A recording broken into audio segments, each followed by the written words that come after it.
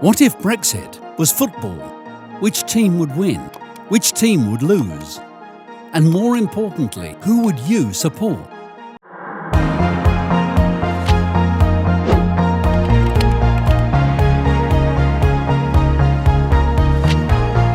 If Brexit was football, it would be the biggest derby the UK's ever seen.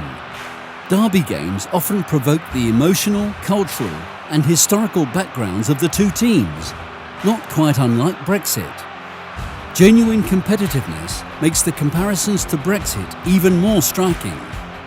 Brexit, like any other football derby, has captivated the entire nation and has almost certainly split the country in half. Now, we could easily dissect the 2016 referendum data for you. For example, votes by area, age groups, and even political affiliations. But that's already been overdone. We believe Brexit is much more than the data and the numbers. It's a passionate rivalry between two contrasting sides. Now, we've had all the debates, the so-called experts, pundits, commentators, rants, chants and the slogans. But this derby is a lot more dynamic than that. However, to be able to truly understand the nature of this ideological rivalry, we need to look at three things. 1. History and origins. 2. Philosophy and strategy. 3. Goals.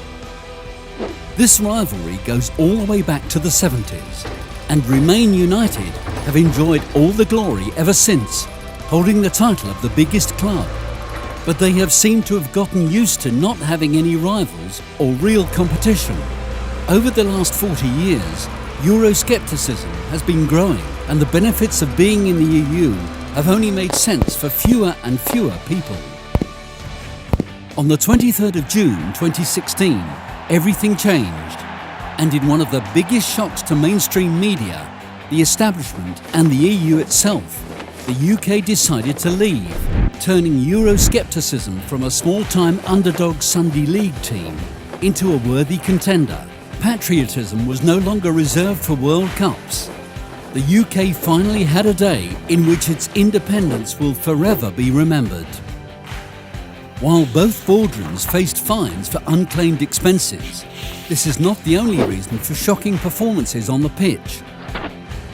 While one side greatly underestimated their opponents and tried to generalise their supporters' motives, the other side struggled to distance itself from so-called bad Brexit stigma. This affected on-pitch performances. FC Independent Britain went with a solid 4-4-2, but players not willing to acknowledge each other weakened their strategy. As for Remain United, they went for a 4-3-3, but having a spearhead formation with no one to lead led to their downfall. The goals of Brexit are very black and white. Each side is trying to achieve the exact opposite of each other, which makes this phenomenon even more epic.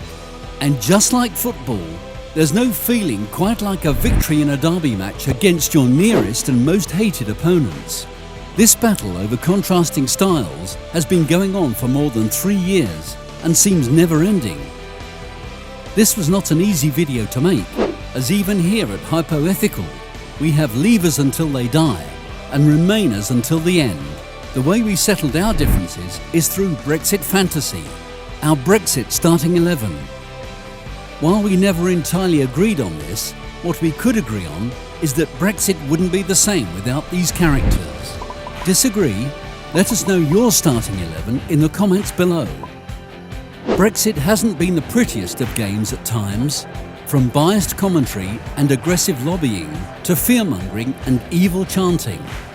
Despite the differences of both sides, Brexit is essentially two things. It's British due to the fact that no other country has tried to leave the European Union before.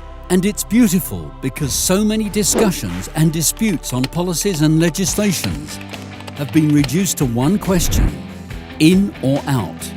Brexit has turned politicians into sports stars, recaptivating young people's interest and rejuvenating politics from the boring and benign to something that has dominated our conversations for the past 3 years.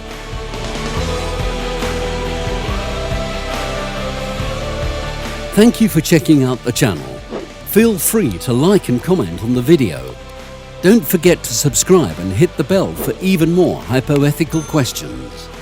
Want to support us? Follow us on Instagram or check out our website and treat yourself to some hypoethical merch.